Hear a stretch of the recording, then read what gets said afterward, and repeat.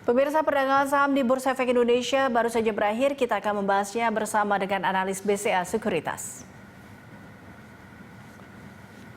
Dan untuk membahas bagaimana pergerakan IHSG sepanjang hari ini, kita telah bersama dengan Ahmad Yaki, analis BCA Sekuritas. Pak Yaki. Ya.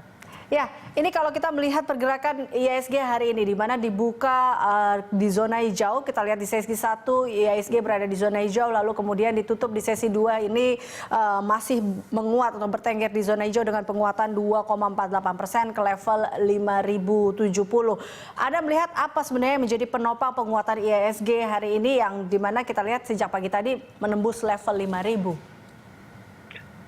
Kalau dilihat dari penguatan IHSG hari ini sih masih didominasi saham sektor banking ya Mbak ya. Hari ini banking sendiri naik 73 poin 4,46%, lalu consumer yang naik 16,6%, 16,6 poin di 1,84% menjadi motor utama buat IHSG untuk menguat sih. Kalau dilihat dari flow-nya sih masih cenderung foreign ya flow-nya.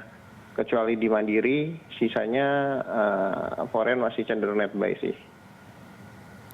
Oke, nah ini juga kita lihat tadi memang sektor keuangan ya yang cukup menopang pergerakan IHSG hari ini ya sebenarnya. Yeah. Tapi kalau lihat penguatan hari ini, apakah memang akan menjadi sebuah katalis positif yang akan membuat selera risiko investor ini sedikit membaik atau seperti apa Anda melihatnya? Kalau dilihat dari pergerakan hari ini lebih cenderung kalau dilihat itu sebenarnya dari pagi memang udah kelihatan market lebih optimis sebagai respon dari market US yang masih bullish dan harga minyak yang masih lanjut naik. Dan ditambah tadi siang kan keluar result Forex Reserve ya, dan masih naik dibandingkan bulan yang lalu. Jadi memang menjadi katalis tambahan buat IHSG untuk naik sih. Ini kalau berarti optimisme ini apakah memang tadi ya, selain dari kita tahu bahwa sebenarnya sebelum-sebelumnya adalah terkait dengan sentimen COVID-19, tapi juga dikatakan bahwa data ekonomi AS ini juga cukup menopang optimisme pasar, atau berarti sentimen global juga di luar dari COVID-19 juga cukup mempengaruhi pergerakan IHSG, seperti itu? Ya, kurang lebihnya gitu loh, karena kan kalau dilihat sendiri kita lihat dari akhir minggu lalu data tenaga kerja US juga meningkat lumayan tinggi, terus juga keputusan Presiden Trump sendiri untuk menarik garda nasionalnya untuk kembali ke base camp untuk mereda situasi juga itu sebenarnya kan udah direspon positif sama market. Plus dari anggota OPEC Plus juga setuju dan sepakat untuk membatasi produksi mereka, untuk membatasi produksi mereka untuk menjaga stabilitas harga komoditas minyak sendiri. Jadi memang katalisnya dari luar masih cukup bagus. Dan dari dalam negeri juga kita tahu tadi yang data Forex Reserve juga bagus. Untuk trading jangka pendek menarik, cuman yang harus diwaspadai oleh investor atau pelaku pasar modal adalah ini bulan Juni dan awal bulan depan kemungkinan laporan keuangan first half 2020 harusnya udah keluar ya, dan ekspektasinya mungkin nggak begitu sebagus yang tahun lalu dengan periode yang sama sih, itu aja. Karena di kuartal kedua kan kita kena wabah COVID-19 sih. Oke, baik. Nah ini berarti kalau kita lihat, kita juga tahu bahwa pekan lalu juga IHSG sempat berada di level 5.000 seperti itu. Nah ini apakah memang di pekan ini IHSG masih akan terus menguat di atas 5.000 kah dengan beberapa sentimen-sentimen positif lainnya, ataupun memang akan ada pergerakan IHSG lainnya di pekan ini? Kalau dilihat dari pergerakan hari ini cenderung IHSG masih trennya bullish, cuman memang harus diwaspadai supportnya udah mulai upside itu udah mulai terbatas, terdekat di 51 sampai 5150-an. Dengan supportnya masih terdekat di 4920 sampai 4980. Memang secara teknikal ini juga udah jenuh beli, beberapa indikator juga udah memperlihatkan itu. Jadi memang potensi ada koreksi minor sih wajar selama dia masih bisa bertahan di atas 4980 sih, sebenarnya trennya masih bullish sih Mbak. Jadi Anda melihat bahwa pekan ini IHSG masih akan menguat seperti itu? Kecenderungannya iya, potensinya masih bullish. Oke, baik. Apa rekomendasi Anda kepada para investor melihat sinyal positif di pekan ini? Kondisi saat ini udah tinggi, kita udah naik cukup banyak dibandingkan market-market regional.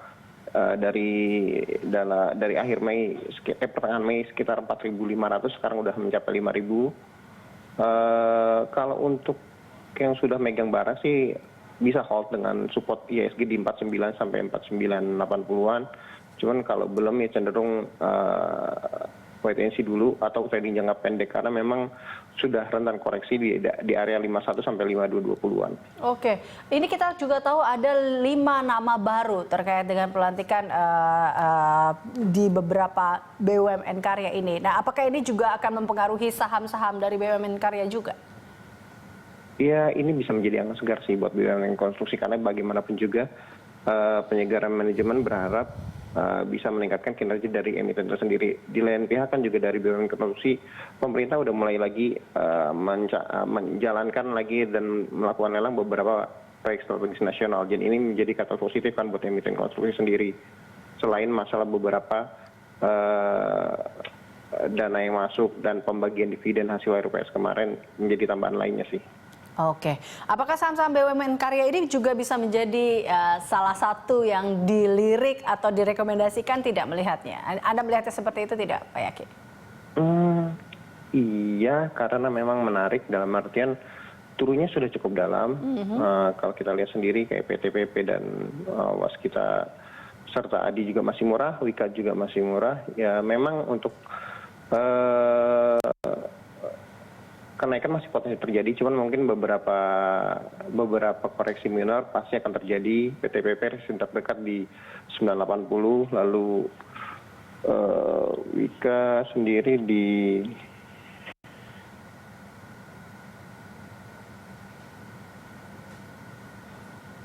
Pak Yaki? Ya, oke. Ya, Baik. Pak Yaki, oke. Berarti bisa dikatakan bahwa BUMN karya ini masih bisa atau menjadi salah satu rekomendasi Anda seperti itu. Tapi kalau kita lihat terkait dengan investor asing, ini nampaknya masih juga kalau kita lihat dengan angkanya asing masih agresif ya di saham-saham yang kemarin juga dilepas terbanyak. Nah, apakah tren serupa ini masih akan berlanjut di pekan ini atau mungkin di bulan ini Anda melihatnya? Minimal pekan ini masih akan berlanjut potensinya karena kalau dilihat asing flow-nya lebih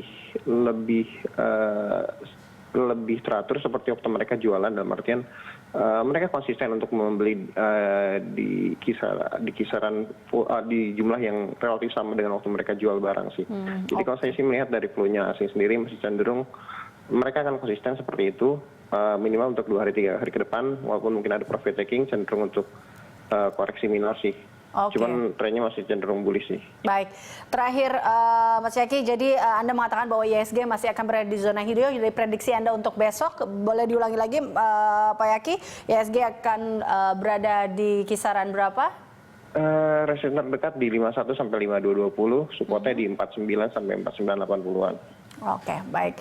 Terima kasih Pak Yaki telah bergabung bersama kami. Ahmad Yaki, BCA Sekuritas.